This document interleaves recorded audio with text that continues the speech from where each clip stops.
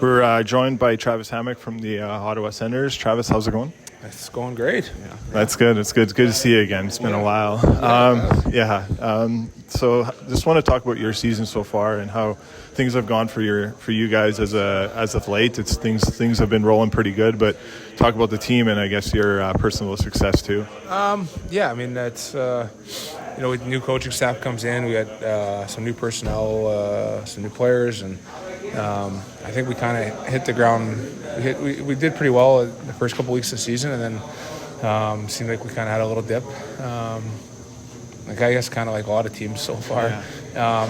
But as of late, I think we've done a really good job at implementing coach's system and how he wants us to play. And I feel like kind of up and down our lineup, I think guys are finding their roles, trying to be the best in their role. And I think when everyone kind of knows what their job is every night, and collectively when everyone's doing their job and the end goal is the win. Doesn't really matter who's getting the success or who's doing what, as long as you're doing your job. And I feel like everyone's contributing and feeling like they're contributing and feeling like they're big members of the team. And I think that's kind of what we're seeing here the last couple of weeks. Yeah, it's been fun to watch from afar, and kind of it'd be nice to see it up close tonight. But a lot of young guys on your team, but they've taken the next step. And how's that been on mentoring them and helping them get through what maybe some of the hurdles that they might need to get to? Because obviously you probably had someone like that for you along the way. Yeah, at this point in my career, I feel like I got some good hockey left, and we got a lot of young defensemen, especially, and if I can be a voice back there or a leader, just try to help. I really do enjoy hockey and playing and practicing and games, and so I try to stay out on the ice a lot after practice and just try to help, whether it's on and off the ice. These young players are so good. They're so skilled. I mean, there's not a whole lot that I can help with, but if it's little tendencies for teams or players that we're playing against and how to read a situation, if I can offer a little bit of help, then great. And that's kind of the evolutionary role of a guy that's been around for a while. At some point in their career, they got to help, and so I'm just trying to be a good leader and a good teammate. Yeah. I think I was looking back. It's when you play 20 minutes a night, Travis, the team's record is 6-1. So obviously I'll let the greener then. Yeah, exactly. I'll have to jump in on that press conference next time. But no, it's been pretty good to kind of see you doing that and getting through, getting up in the lineup. Obviously minutes are earned in this league, but you've done a good job of doing that. Kind of want to talk about where things at now. I know you do a lot to help out a lot of kids, and when I met you, I was going through some struggles, and one of the things that you helped me get through was learning compassion for people. And I don't know if you're a Nick Saban fan or not, but he talked about the number one character about someone should be their compassion. It's not what you say, it's how you make people feel.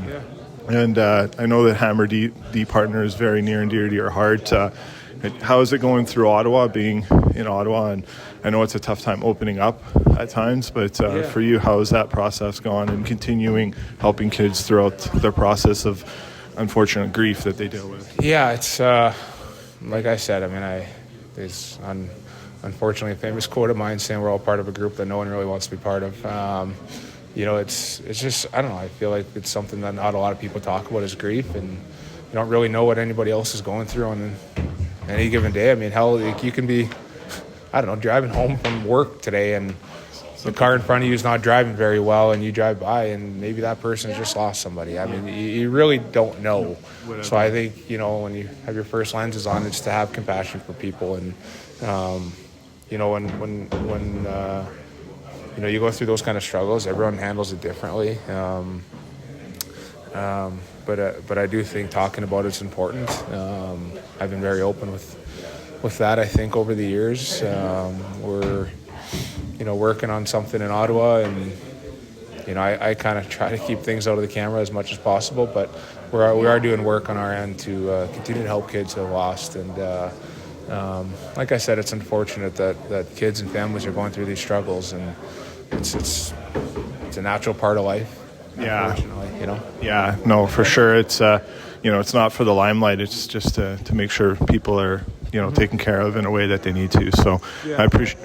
Yeah, no, I was just going to say, like, I think in today's world, I mean, I do believe, someone told me a long time ago that your biggest form of currency is your time, and I think going through what I've gone through, what you've gone through, or what millions of kids have to go through worldwide, you realize that at some point you're not going to have any more time, right? So you can't take everything with you. So I think at the end of your life, when you kind of can look at everything back and say, okay, well, what was my biggest form of currency? No one really, when they're lying about to die, no one really wishes I had more of this and that. It's always, I wish I had more time, right? So when you are taking your time to help others, I think that's, like I said, the biggest form of currency. And so it's contagious, I think, when you see other people helping and being compassionate and making a difference. It makes you want to be as well. Thanks for your time, Travis. It means a lot. So. You're doing well.